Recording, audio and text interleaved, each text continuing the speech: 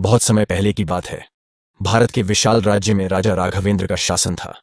अपनी वीरता और साहस के लिए प्रसिद्ध राजा राघवेंद्र के पास सब कुछ था, लेकिन एक सच्ची रानी का साथ नहीं था।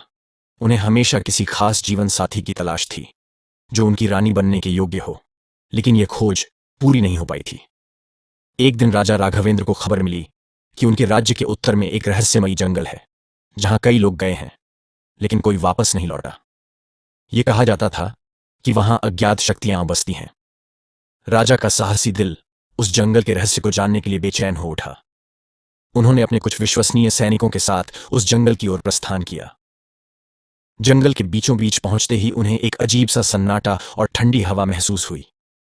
अचानक उनके सैनिकों ने एक घने पेड़ के नीचे एक सुंदर युवती को बेहोशी की हालत में पड़ा पाया।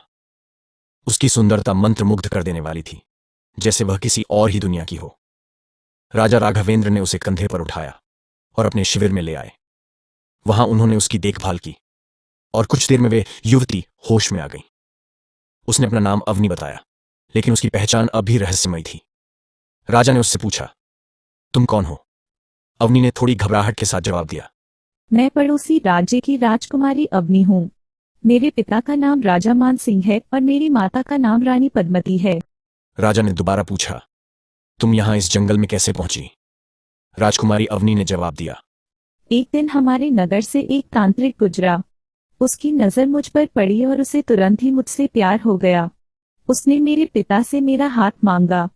मेरे पिताजी ने मना कर दिया तो तांत्रिक वहां से नाराज होकर चला गया और अपनी गुफा में जाकर मुझे और मेरे पिता को सजा देने के लिए तप करने लगा। उसने अपने जादू से पूरे नगर में तबाही ला दी। नगर में सूखा पड़ गया, लोग परेशान होने लगे। तांत्रिक ने एक आदमी से संदेश भिजवाया कि अगर रानी को मेरे पास नहीं भेजा तो मैं पूरे नगर को श्राप दे दूंगा। मगर मेरे पिताजी ने उसकी एक ना सुनी और उन्हें मुझे बचाने के लिए मुझे जंगल भेज दिया। उधर तांत्रिक ने नगर में झूठी खबर फैला दी कि रानी शापित थी और उसकी वजह से ही नगर में सुख पड़ा है। तांत्रिक को जब ये पता चला कि मैं जंगल के रास्ते भाग रही हूँ तो उसने मेरा पीछा किया, मगर मैं अपनी जान बचाकर जंगल में काफी अंदर चली गई और तभी मेरा पैर फिसला, मेरा सर पेड़ से टकराया, मैं वहीं गिर गई और बेहोश हो गई। राजा को इस बात पर यकीन नहीं हो रहा था, लेकिन राजकुमारी अवनी की आंखों में सच्चाई और दर्द साफ झलक रहा था। उन्होंने राजकुमारी अवनी को सांत्वना दी और कहा, अब तुम सुरक्षित हो और मैं तुम्हें हर खतरे से बचाऊंगा। कुछ दिन बाद राज्य के चारों ओर रहस्यमयी घटनाएं होने लगीं। लोग कहने लगे कि राजा के महल में एक श्रापित आत्मा आ गई है। राजा ने समझा कि यह सब उसी तांत्रिक का काम है जो अवनी का पीछा कर रहा था। राजा ने अपनी सेना को संगठित किया और खुद उस तांत्रिक का सामना करने का निश्चय किया। राजा राघवेंद्र ने अपने नगर के विश्वसनीय साधु को बुलवाया और उनको पूरी बात बताई। राजा ने साधु से इसका हल भी मांगा। साधु ने पूरी कहानी सुनी और कहा कि है राजन, बड़े से बड़े तांत्रिक अमावस्या के दिन बहुत शक्तिशाली होता है, लेकिन वही तांत्रिक पूर्णमासी के दिन बेहद कमजोर हो जाता है। अगर तुम आज से 7 दिन के बाद उस तांत्रिक पर हमला करोगे तो उसे मारा जा सकता है। राजा बात समझ गए और अपनी सेना को तैयार रहने को कहा। अवनी ने राजा से कहा, यह तांत्रिक मेरे कारण आया है, मुझे उसे खुद ही खत्म करना होगा। राजा राघवेंद्र ने उसे अकेला जाने से मना कर दिया और कहा, मैं तुम्हारे साथ हूं, हम दोनों मिलकर उसका अंत करेंगे। आखिरकार राजा और राजकुमारी अवनी दोनों तांत्रिक की गुफा तक पहुंचे। राजकुमारी अवनी गुफा के अंदर गई। वहां तांत्रिक ने अवनी को देखते ही खुश हो गया। राजकुमारी अवनी ने तांत्रिक से कहा, लो मैं आ गई, तुम्हें मेरे साथ जो करना है वो करो, मगर मेरे राज्य के लोगों को माफ कर दो, उन्हें श्राप से मुक्त कर दो। तुम जैसा कहोगे मैं वैसा ही करूंगी।